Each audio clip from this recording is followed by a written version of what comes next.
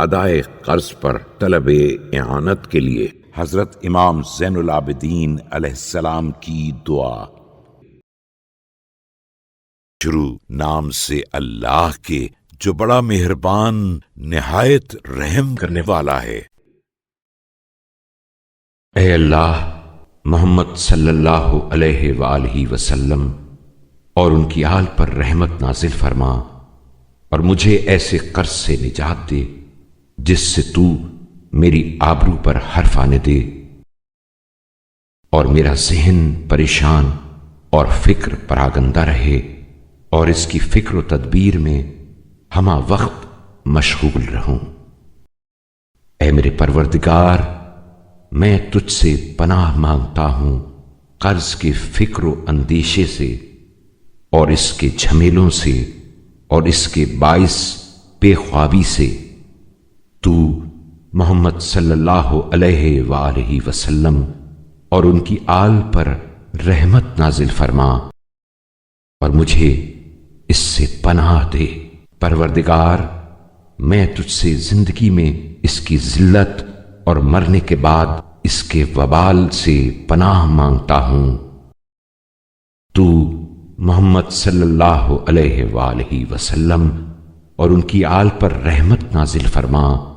اور مجھے مال و دولت کی فراوانی اور پیہم رزق رسانی کے ذریعے اس سے چھٹکارا دے۔ اے اللہ، محمد صلی اللہ علیہ وآلہ وسلم اور ان کی آل پر رحمت نازل فرما، اور مجھے فضول خرچی اور مصارف کی زیادتی سے روک دے، اور عطا و میانہ روی کے ساتھ نقطۂ اعتدال پر قائم رکھ، اور میرے لیے حلال طریقوں سے روزی کا سامان کر، اور میرے مال کا مصرف امور خیر میں قرار دے، اور اس مال کو مجھ سے دور ہی رکھ جو میرے اندر غرور و تمکنت پیدا کرے، یا ظلم کی راہ پر ڈال دے، یا اس کا نتیجہ طغیان و سرکشی ہو۔ اے اللہ، درویشوں کی ہم نشینی میری نظروں میں پسندیدہ بنا دے، اور اطمینان افزا صبر کے ساتھ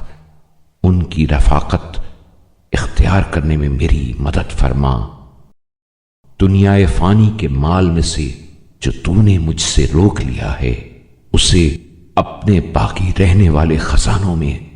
میرے لیے ذخیرہ کر دے، اور اس کے ساز و برگ میں سے جو تو نے دیا ہے، اور اس کے سر و سامان میں سے جو بہم پہنچایا ہے، اسے اپنے جوار رحمت تک پہنچنے کا زاد راہ،